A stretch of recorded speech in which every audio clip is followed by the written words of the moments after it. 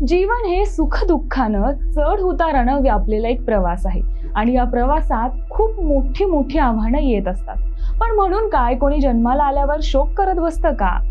हो, जन्म झाल्यावर शोक व्यक्त केला जातोय।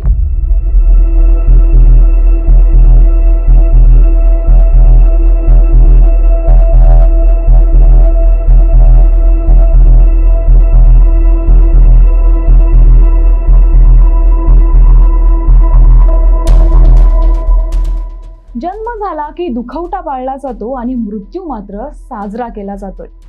ऐकूनच थोडं विचित्र वाटतंय ना?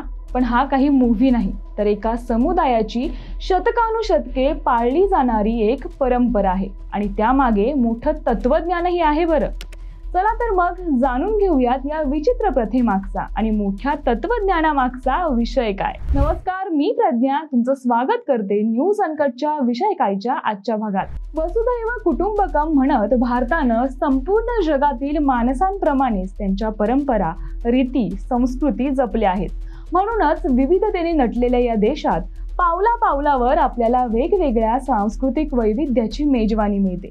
त्यातील अनेक प्रथा आपल्याला अचंबित करणाऱ्याही असतात आणि त्यातल्या त्यात राजस्थान म्हटलं की पारंपरिक वैविध्याचा खजिनाच। आज आपण राजस्थानच्या अशाच एका अचंबित करणाऱ्या समुदायाच्या प्रथेबद्दल बोलणार आहोत। हा समुदाय मृत्यूला आनंदाने साजरा करतो आणि जन्माला शोक मानतो, जे सामान्य प्रथांच्या अगदी उलट आहे।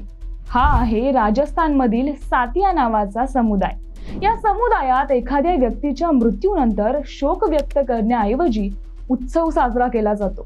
मृत्यूनंतर मृतदेहाला सजवून, गाणी गाऊन आणि नाचून आनंद व्यक्त केला जातो। एवढंच नव्हे तर त्या मृत्यू झालेल्या माणसाच्या चितेसमोर तोपर्यंत ते लोक नाचतात जोपर्यंत ती चिता पूर्णपणे जळून राख होत नाही। मात्र या उलट जन्मानंतर काही खास विधी केले जातात, ज्यामध्ये शोक व्यक्त करणारी प्रार्थना आणि रडण्याचा समावेश असतो।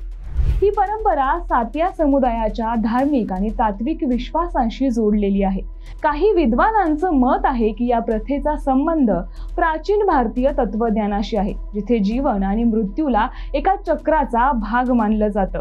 बाहेरील लोकांना ही परंपरा विचित्र वाटू शकते किंबहुना वाटते, परंतु सातिया समुदायासाठी ही त्यांच्या संस्कृतीचा आणि विश्वासाचा अविभाज्य भाग आहे। ही परंपरा त्यांच्या समुदायाला एकत्र बांधून ठेवते आणि त्यांच्या अनोख्या ओळखीचं ती प्रतीक आहे।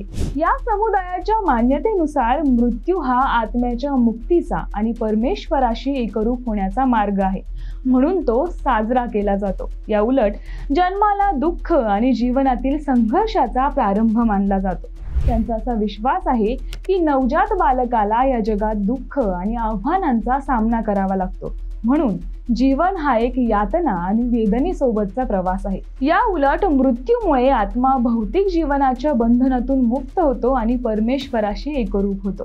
ही परंपरा विचित्र जरी वाटत असली तरी जीवनाच्या सत्याची जाणीव मात्र नक्कीच करून देते। बाकी तुम्हाला ही अनोखी मात्र तेवढीच सत्याशी सुसंगत असणारी परंपरा कशी वाटली नक्की कमेंट करून सांगा।